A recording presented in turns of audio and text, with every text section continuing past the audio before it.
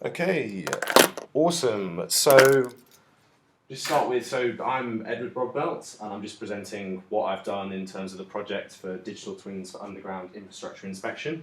We've basically been working on this project over the last academic year with Aminul and Tobias as my colleagues, and we're Group 4. So I basically want to take this opportunity to present a little bit of a backstory about the project. I know a lot of you're already aware of some of that, but I just wanted to make sure that we're on the same page with that, and then give a breakdown of the different parts we've been working on, and then a workload split, so what each person has done, and then a very detailed breakdown of what I've been working on. So to start off with, essentially what we've been making is a robot to map pipes. You know, the idea of digital twins for underground infrastructure inspection is, there's a big market for this idea of mapping pipes. And, lots of things are transported via pipes, whether that be natural gas, oil, or even sewage. And one example would be in America alone, 2 to 3% of all the natural gas produced is lost due to leaks in pipes. And that equates to about $2 billion in lost revenue per year. So the main way pipes are currently tested is through hydrostatic testing, and that is where you seal up the pipe, pressurize it, and if it holds pressure, then you're good. If not, and it's leaking, then you visually inspect the pipe and you then find the leaks. As you can imagine, it's quite expensive to dig up around the pipe and check it all out. So this idea of mapping pipes from the inside out and then thus determining the leaks is quite popular. And there's a number of companies such as PureTech, who we came across, who have a product called the Smart Ball, who map pipes from the inside and then take that data, and you can then decide where you need to dig. One of the downsides with a lot of these companies is that there's a turnaround time of how long it takes to get the data. So with PureTech, they quote a 72-hour turnaround time, where they analyze the data, and then you get locations of where you need to dig. So we wanted to explore this idea of relaying the data live and then visualizing that in 3D. So this idea of using wireless communication and exploring that sort of avenue. So to give a sort of overview of the project, you can see in front of you we've got the two balls on their charging stands, and essentially there's the rolling ball and the fixed ball. The rolling ball has some sensors on it, has time of flight, 9 degrees of freedom, i.e. a gyroscope, and there's a few extras, humidity, temperature and pressure. But essentially the time of flight and gyroscope sensors combined with the UWB, ultra wideband, which gives you a distance value between the two balls, allows us to determine what the inside of the pipe looks like, and you can map XYZ points on the inside of the pipe.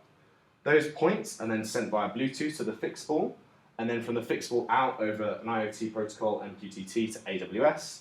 They're run through a number of services on AWS and processed, and eventually displayed on this sort of live application of the live mapping application.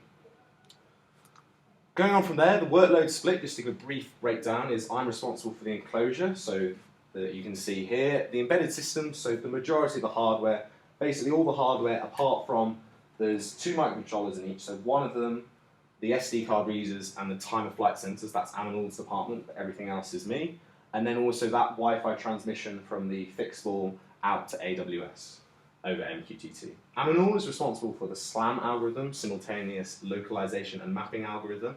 So essentially taking all that raw data, the UWB, the time of flight sensors, and all that, and combining that into these XYZ points I mentioned. He's also responsible for communication between the two balls of Bluetooth.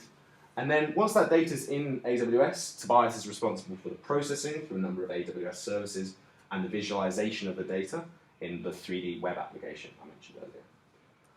So I then want to take a large portion of the rest of this presentation to talk about sort of my work over the last year. And that can be basically split into these 5 categories: 3D printing, then the component choices, so the physical hardware.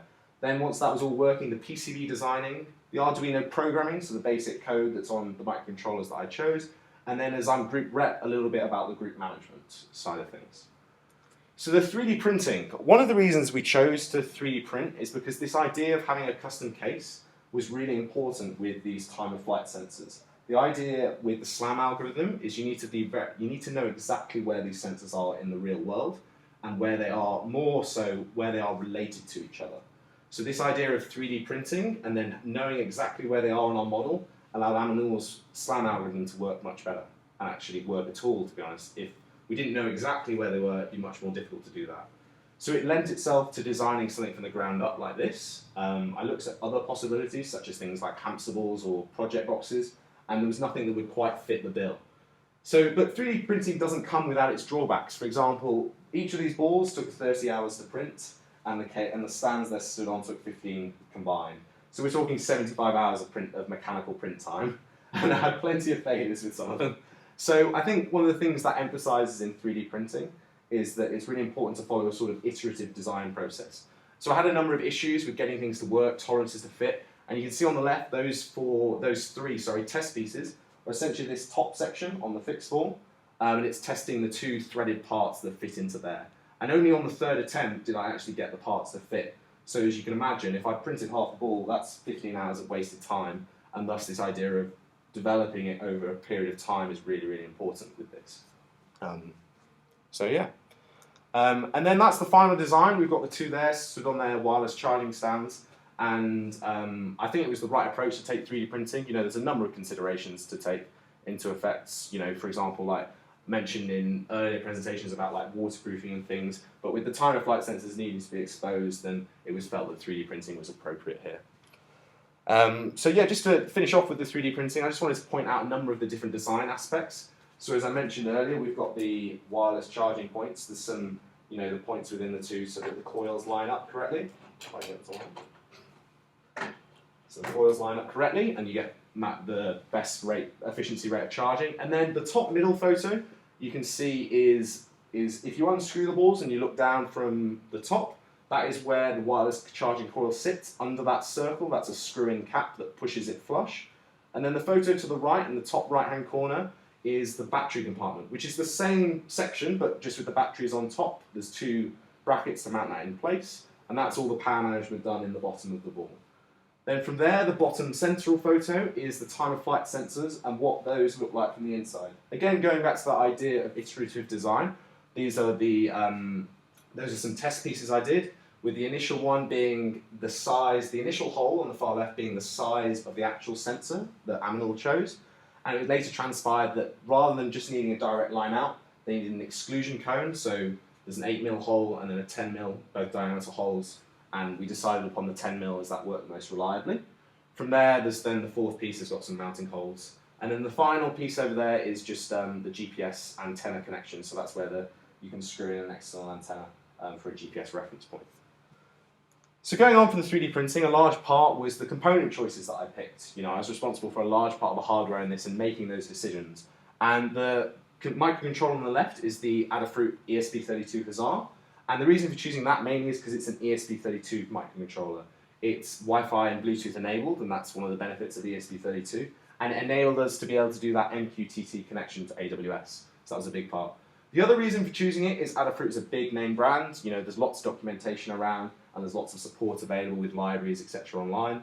It also has inbuilt, as all the other feathers do, LiPo battery charging, which meant that the power management side of things could be taken care of relatively easily, and we could focus on the actual collection of the data instead.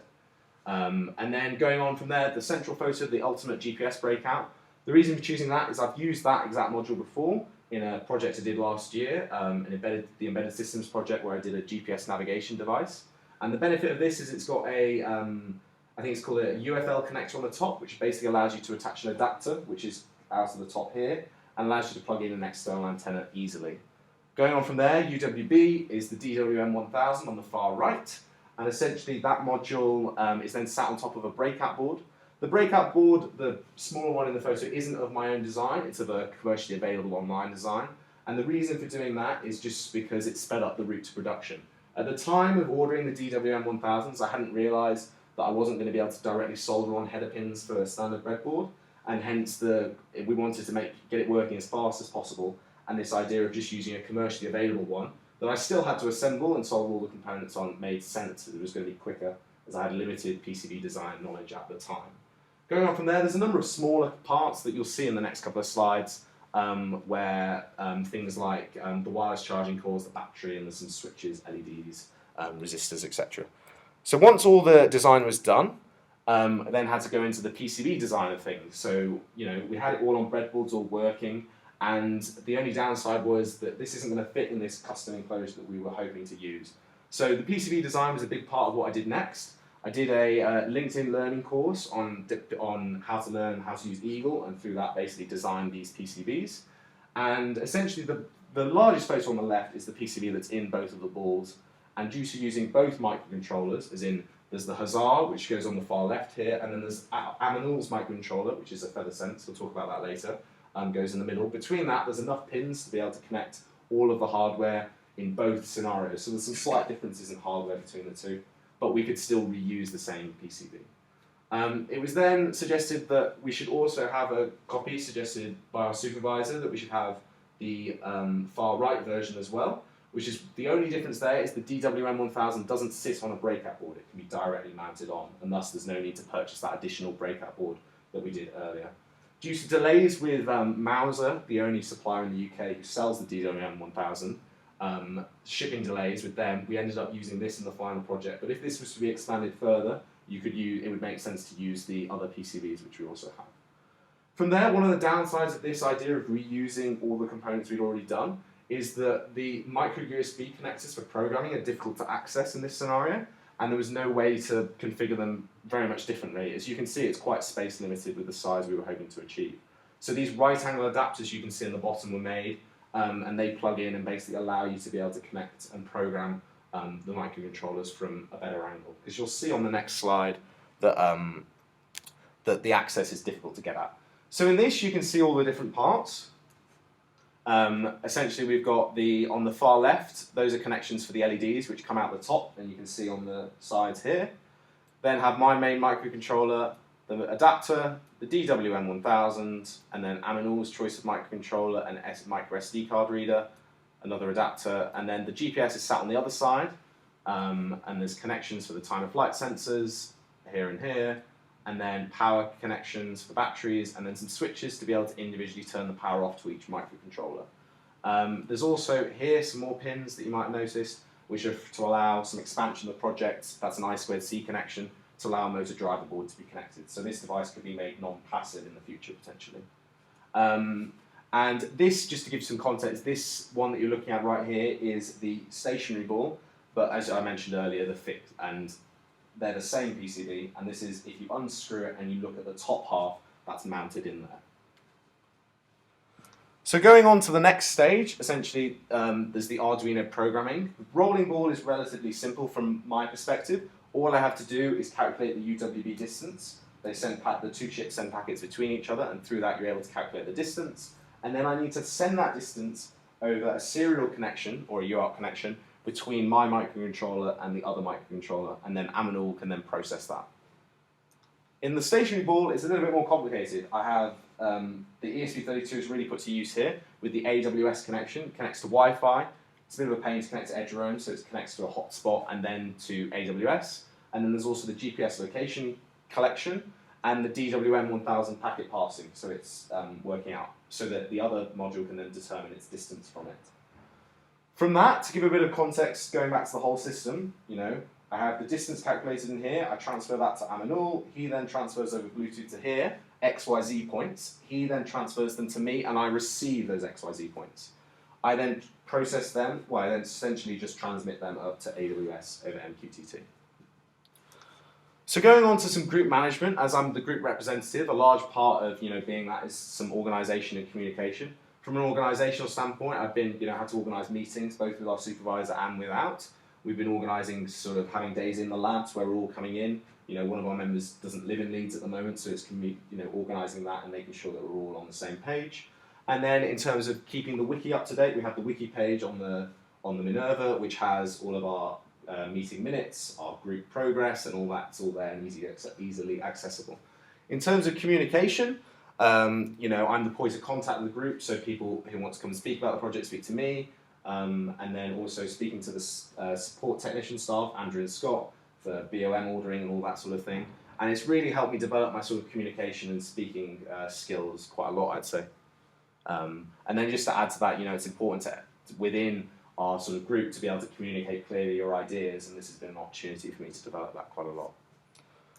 So just in conclusion, essentially I just want to point out this is a prototype. I think we've explored quite successfully the sort of wireless transfer of the data between the two. between the systems and look to explore these different communication methods.